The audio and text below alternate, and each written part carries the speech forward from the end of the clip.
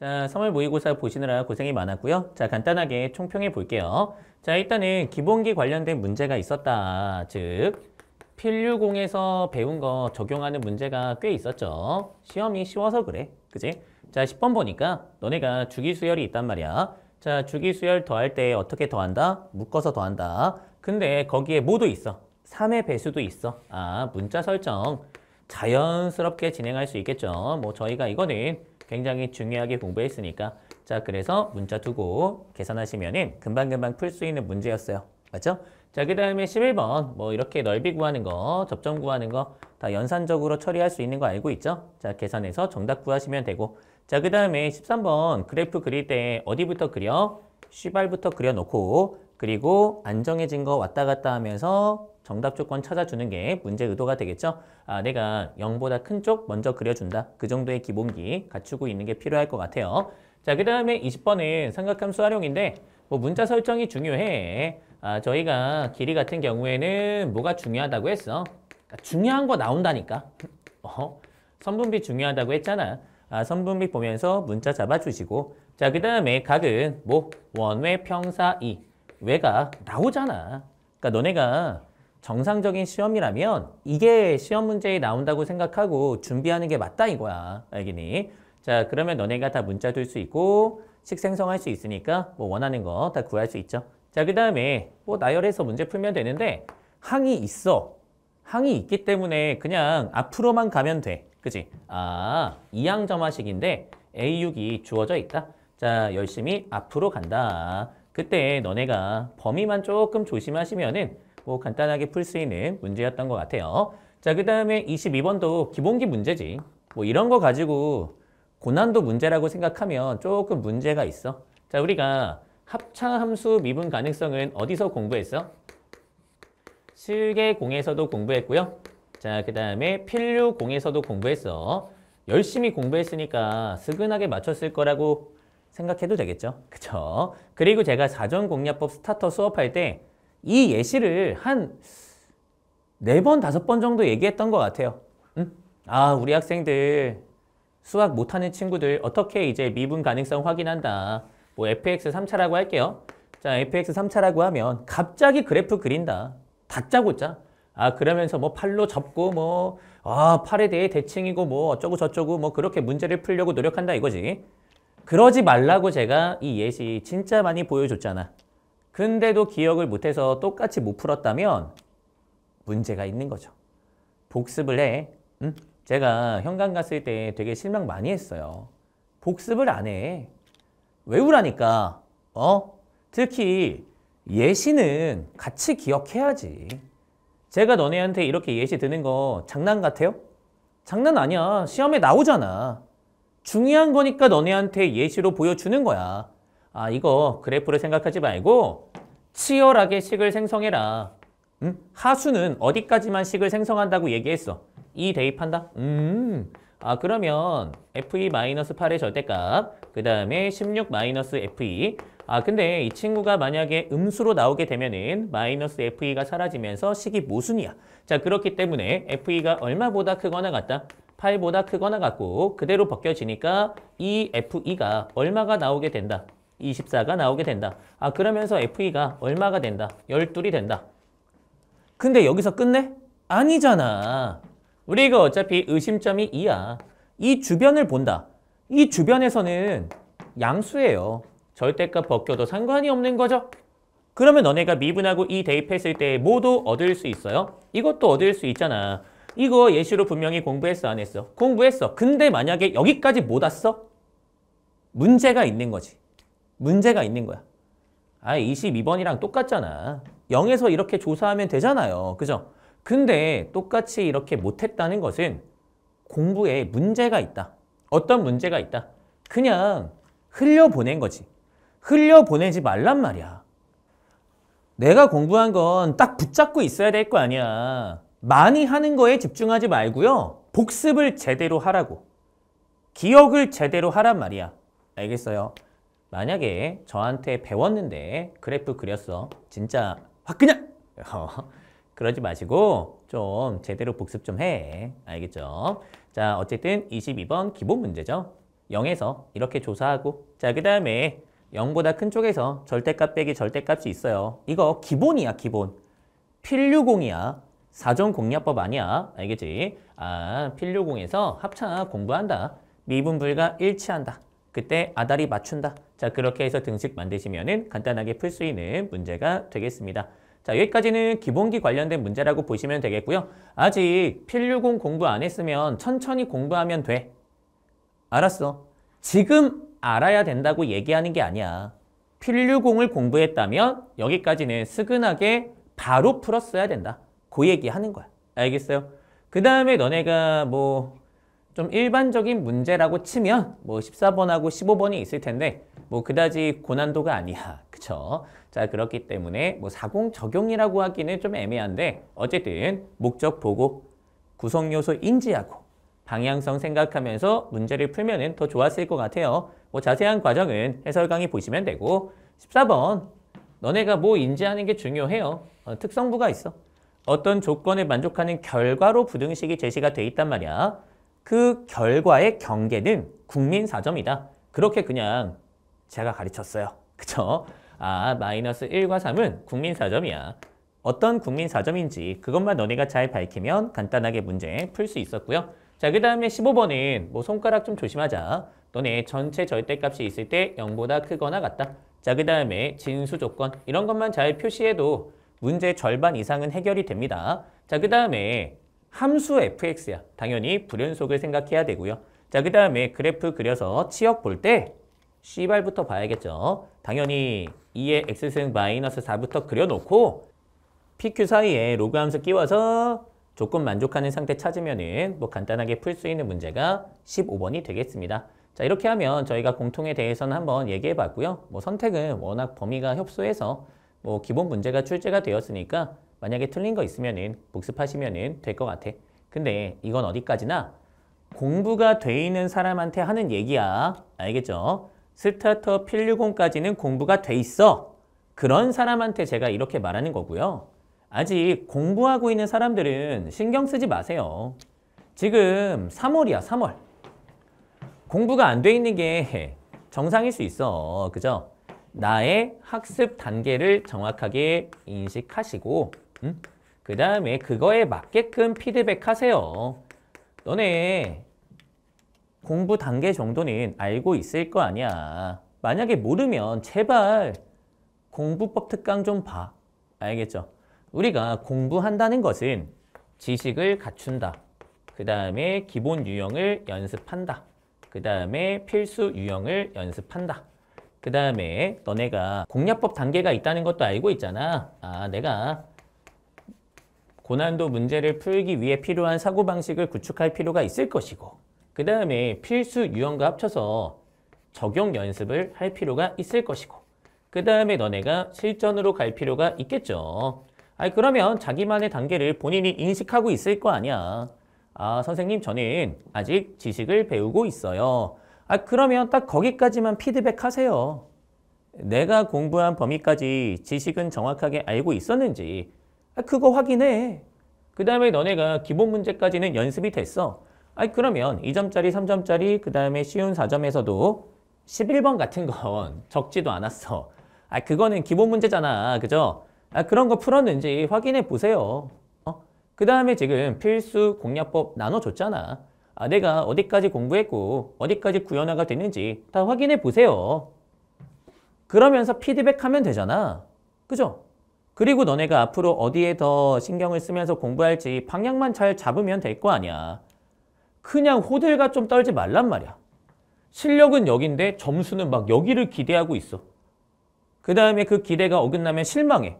그건 진짜 바보 같은 행동이야. 너네 실력이 요만큼인데 왜 점수를 이만큼 기대해?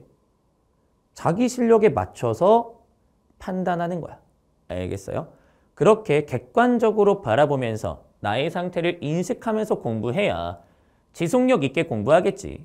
우리 수험생 대다수는 그냥 호들갑만 떨다가 1년을 낭비해요. 그래놓고 뭐 수능은 재능이다. 그렇게 말하는 친구가 되게 많잖아. 이게 무슨 재능이야. 재능하고 요만큼 상관이 있어. 요만큼. 응? 너네가 그냥 공부하는 것, 연구하는 것, 즉 대학원 가서 석사, 박사, 교수가 돼서 공부하는 건 재능이 9할인 게 맞아. 근데 수능 준비하는 건 제가 봤을 때 재능이 그렇게 큰 비중을 차지하지 않아. 너네의 사고방식, 습관이 문제인 거죠. 습관이 잘못돼 있으니까, 마인드가 잘못돼 있으니까 점수가 안 나오는 거지. 마인드를 잘 수정하시면 점수는 나오게 돼 있어. 도둑놈이 되지 말란 말이야. 객관적으로 인식하고 객관적으로 판단하고 그렇게 지속력 있게 공부하라고. 그러면 결과는 따라오게 되어 있다.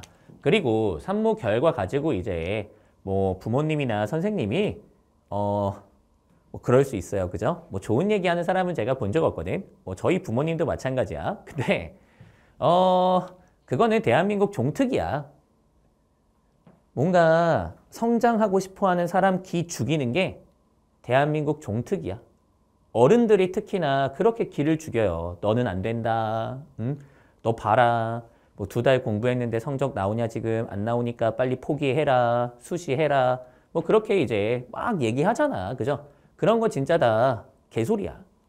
다 무시하시면 돼요. 물론 부모님 말씀까지 그렇게 개소리라고 하면은 좀 그렇겠지만 이건 맞아. 응? 진짜 다 무시하시고 자기 갈 길 가세요.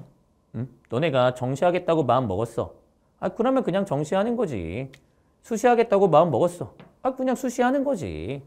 그러니까 너네가 그런 이상한 소리에 휘둘리면 어른 돼서도 계속 휘둘려. 아, 너네도 봐봐. 제가 슈드 처음 입성할 때 저는 전국 1타가 되겠습니다. 얘기했단 말이야. 근데 그때 제 수업 듣는 사람 진짜 적었거든요. 그죠? 그럼 그 모습을 봤을 때 거의 대다수가 뭐라고 했겠어요? 저 새끼 뭔데? 이렇게 생각했겠죠. 실제로 그렇게 말하고. 근데 3년이 지난 지금을 보면 과연 그렇게 우습게 얘기할 수 있을까? 얘기할 수 없잖아. 그죠? 제가 그런 얘기 신경 쓰면서 휘둘렸으면은 이렇게까지 막 규모가 커지겠어요? 안 커지지. 쭉 하니까 자신감 있게 쭉 밀고 나가니까 그러니까 결과가 점차 쌓이는 거 아니에요. 그러니까 너네 공부하는 것도 똑같아요. 주변에서 다 개소리하고 주변에서 다 기죽이고 다 그럴 거야. 그게 대한민국이야. 응원해 주는 사람 본 적 없어. 저도 다 겪은 거예요. 다 안 된다, 안 된다, 안 된다 하지. 누가 진심으로 응원해 주겠습니까? 그죠? 그냥 그렇게 안 좋은 이야기 다 한 귀로 듣고 한 귀로 흘려. 대신에 자세는 겸손하게. 알겠죠? 선생님이 막 뭐라고 하면 네, 알겠습니다. 이렇게 하세요. 대신에 한 귀로 듣고 그냥 흘려. 부모님이 너 안 돼. 네가 무슨 정시야. 막 이러면은 한 귀로 듣고 한 귀로 흘려. 그냥 쭉 가면 돼. 쭉 가면 돼. 그러면 결과가 따라오고요. 그러면 그렇게 말한 사람들도 갑자기 이제 말을 바꿔. 역시 난 믿고 있었다고! 막 이러면서 이제 말 바꾸거든. 그렇게 만드시면 돼요. 알겠습니까? 그리고 제가 어른들한테 좀 해주고 싶은 얘기가 있는데 혹시 마음고생하는 수험생이 있다면 지금 이 파트부터 부모님이나 선생님한테 보여주면 돼요. 자, 어른들 잘 들으세요. 자, 지금 21세기 수능 어렵습니다. 수능이 예전만큼 그렇게 쉽지가 않아요. 아마 선생님, 학부모님 연세가 저랑 비슷하거나 좀 더 많으시겠죠? 40 중반, 50 뭐 이 정도 되실 것 같은데 근데 그때는 이제 대학 갈 때 수능 문제 이렇게 풀어보면 어때요? 그냥 개념 문제가 출제가 되었죠. 그렇기 때문에 겨울방학 열심히 공부하면 3월 모의고사에서 성적이 나오던 시대였습니다. 근데 지금은 더 이상 그렇지 않아요. 더 이상 그렇지 않아요. 학생들의 수준이 떨어져서 그런 게 아니라 그냥 시험 문제가 옛날에 비해서 빡세요. 당연히 공부할 게 많고 시간이 필요하다 이거죠. 그 시간을 인정해 줄 아셔야죠. 그게 어른의 책임이다. 그렇지 않습니까? 물론 이런 사람도 있을 겁니다. 아니 옆집 철수 아들 보니까 2달 공부했는데 성적이 급상승하던데요? 우리 아들이 공부 안 한 거 맞잖아요. 막 이렇게 또 생각하시는 어른들이 있을 수 있어요. 그건 제가 이렇게 말해 볼게요. 2달 만에 20억을 버는 어른도 있습니다. 이게 기준이 되고 이게 평균이 되면 그게 과연 올바를까요? 제가 이렇게 얘기하면 기분이 좋으시겠어요? 왜 2달에 20억 못 보세요? 게을러서? 노력 안 해서? 왜 그랬죠? 라고 제가 만약에 물어본다면 기분이 안 좋으시죠? 이걸 기준으로, 이걸 평균으로 얘기하면서 깎아내리면 열받으시잖아요. 우리 학생들이 그래요. 40만 수험생이 공부하고 있어요. 몇몇은 이렇게 되기도 해요. 머리가 좋았는데 놀았나 보죠. 그리고 바짝 공부해서 성적 올렸나 보죠. 근데 이게 기준이 되고 평균이 되면 말이 됩니까? 말이 안 되지. 근데 이걸 왜 자녀한테 계속 요구하냐 이거죠. 만약에 아드님이 엄마는 왜 20억 못 벌어? 놀았어? 라고 얘기하면 화가 많이 나실 거잖아요. 우리 학생들도 그렇게 억울하고 화나고 그래요. 좀 기다려 주시라. 시간을 주세요. 그게 진정한 어른의 모습이지 않을까? 저는 그것을 좀 말씀을 드리고 싶어요. 제가 Q&A 게시판 보면은 학생들이 힘들다고 막 글 적는 게 있어요. 그죠? 뭐 있겠죠. 토로할 데가 없으니까 저한테 막 얘기하는데 근데 그 원인의 거의 대다수는 공부가 아니에요. 선생님 혹은 학부모, 어른 때문에 힘들어한다 이거죠. 그죠? 그렇기 때문에 제가 이렇게 따로 말씀을 드리는 겁니다. 기다려 주세요. 시간을 주세요. 학생들한테 뭐라고 하는 건 같이 뛰는 사람이 뭐라고 해야 학생들도 받아들이겠죠. 그렇지 않을까요? 같이 공부하는 사람이 야 이씨 똑바로 안 해! 막 하고 막 그렇게 해야 학생들도 힘내고 아 맞아.